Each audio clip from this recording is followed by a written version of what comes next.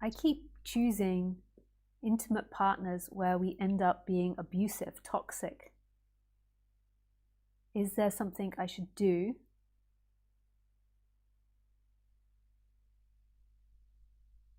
Is there something I should do?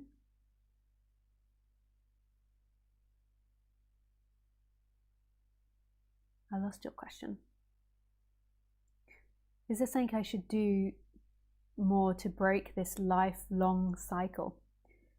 Hi, Zolt. Yeah, I think it's really good to connect with somebody that specializes in couples therapy, and attachment therapy, which is great for relationships and understanding how to change relationships.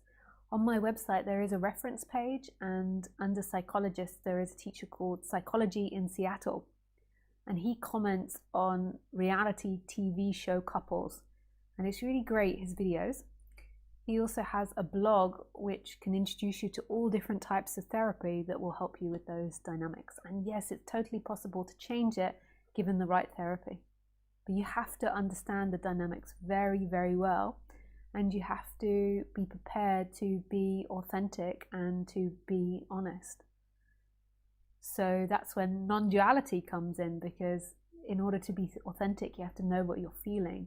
So there has to be a movement to this moment to try to feel what's being felt.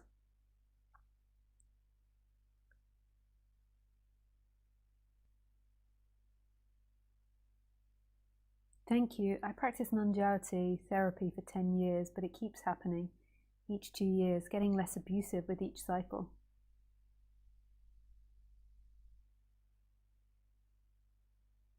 Yeah. I'm sorry to hear that, Salt. Yeah. Maybe psychologists in Seattle will help even more with that. Often relationships are about attachment and the way that you first learnt to attach in the first 5 years of life. It's the way you first attach to your mum and your dad, or your main caregivers.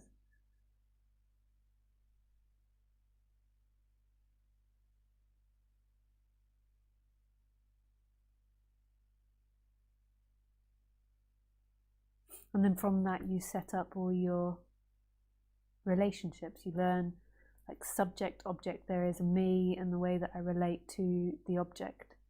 So if your parents were really unsafe, then you might intuitively, on such a deep level, feel that every object you come in contact with is unsafe.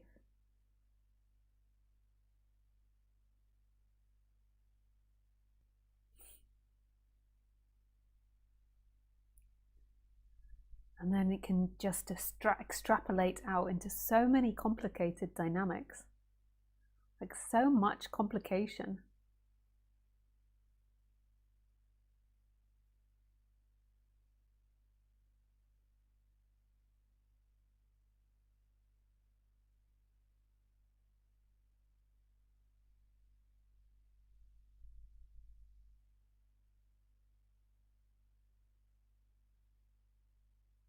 So if you feel unsafe, then you might be reluctant to get too close or dependent on the person. So you might put lots of barriers up.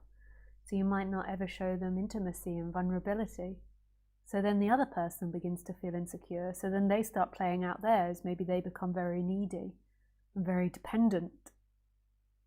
So two insecure people. So then there becomes all these complicated dynamics, and blame and hatred and rage arises, and it all normally comes back to, like, the first relationships that you formed and the way that you dealt with coping with this mother figure, this father figure, this caregiver figure.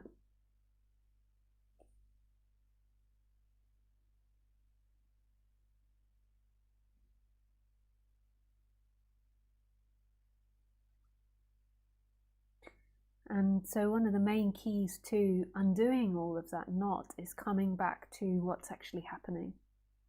So what's actually happening now? So putting the attention back into the experience, So it like goes out into like,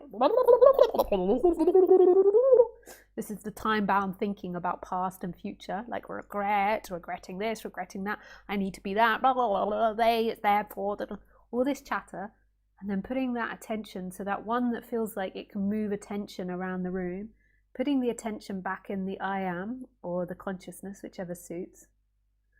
So putting it back into the moment, so pulling it away from all of that chatter, and then just allowing everything in, the feelings, the sensations, the experience that are happening in the world, everything in. And it might be really uncomfortable, so then it's like you do it, and then a second later it's like, and then bringing it back, and boom, and then just keep doing this practice. And and if it's really strong, then you can feel and explore the emotion that's going on. What chakra is it happening? What story is it telling? You can do emotional release. You can do Osho breathing, chakra breathing, cathartic release. You can try different therapies. But the goal of non-duality is this is it, coming back to what you actually are. Like oneness is here, freedom is here. It's coming back to this. It's not really you coming back to this, but while there's a you there, there's a practice of doing that. And then it's just this. There's nobody looking, there's nobody experiencing. It's free.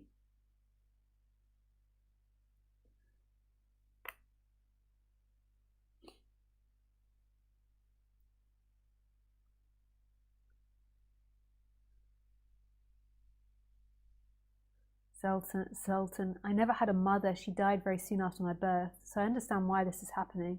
It just seems impossible to heal it sometimes. Yeah. And it's this continuous commitment. So it's like, okay, so there's been 10 years of apparent it not working out, but a commitment back to this moment, to that vulnerability, that pain of it.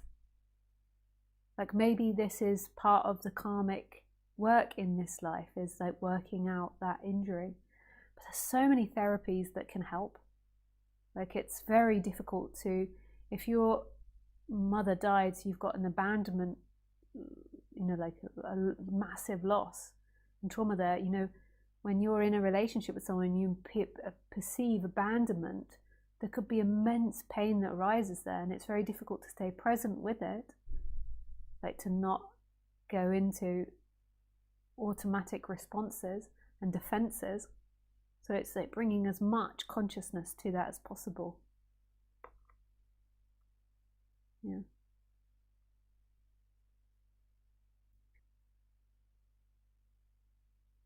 Zolt, thank you. Should I spend more time with non-duality meditation, individual therapy, couples therapy, plant medicine? I sometimes do that as well.